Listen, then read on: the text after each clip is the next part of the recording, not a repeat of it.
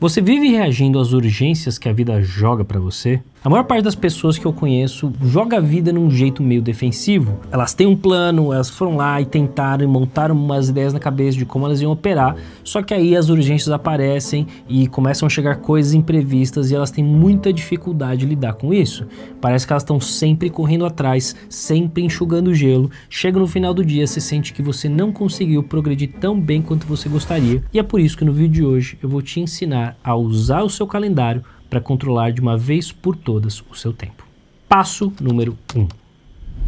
Muito embora muitas pessoas estão acostumadas com a ideia da lista de tarefas, a lista de tarefas ela é muito problemática, porque você tem uma lista infindável de afazeres que cresce dia após dia e elas muitas vezes vão te dar muita angústia para lidar, porque é muita coisa, não cabe no seu dia e você tem muita dificuldade de organizar isso de uma forma concreta. E é por isso que caras como Cal Newport vão usar a técnica dos blocos de tempo. A lógica essencial é, ao invés de você organizar a sua vida diretamente com a lista de tarefas, você vai organizar o seu dia nos blocos de tempo. Você vai abrir um calendário da hora que você acorda até a hora que você vai dormir e você vai dividir o seu dia em blocos e nesses blocos você vai encaixar as suas atividades. Dessa forma você evita que você tenha blocos vazios em que você está com tempo livre, que é aquele tempo que você fica scrollando por 3 horas no Instagram com a promessa de que você está fazendo benchmark de conteúdo, quando na verdade você está vendo vídeo de gato já faz 2 horas.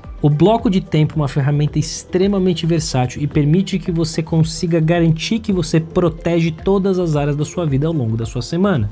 Essa é a técnica que eu uso com os meus mentorados e que absolutamente muda o jogo de quem nunca fez isso, porque pela primeira vez em muito tempo você vai ser capaz de olhar para sua semana e assegurar que tudo aquilo que você quer fazer tem tempo para ser feito. Mas eu já sei o que você está pensando.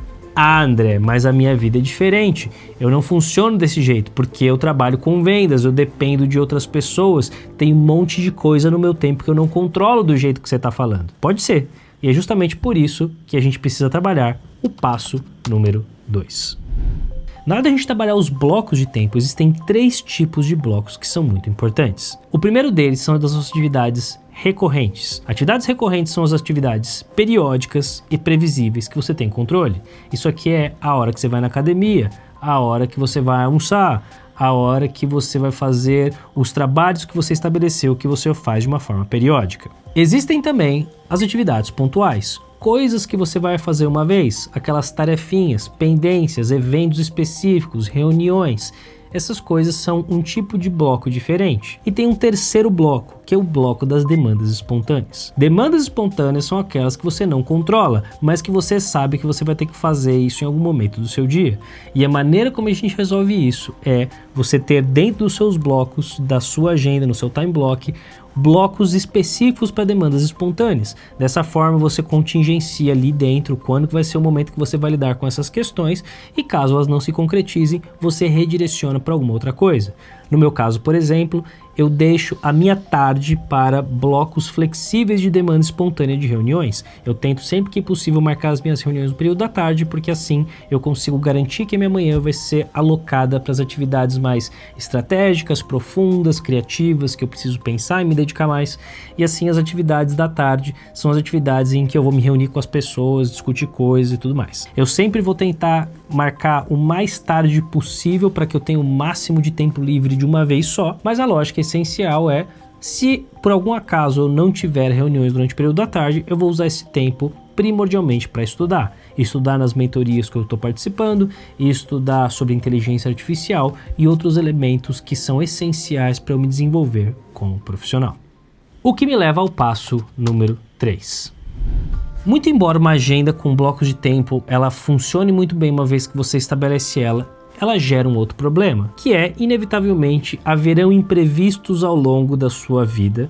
Conforme o tempo for passando, você vai ter algum tipo de imersão, você vai num congresso, tem feriado. As semanas elas não são exatamente estáticas e conforme o tempo vai passando, não só você vai ter problemas de fricção em relação à semana por conta desse tipo de evento, como talvez você vai começar a se perguntar se você não quer fazer outra coisa, mudar algumas atividades, mudar algumas rotinas. Isso mais do que uma possibilidade, é um fato. Isso vai acontecer. É esperado que a sua rotina vai ficar diferente com o passar do tempo. E é justamente por isso que você precisa de um ritual de planejamento e revisão semanal. Na revisão semanal, o que você vai fazer é repassar o que rolou na sua semana, o que deu certo, o que deu errado e se planejar para a próxima.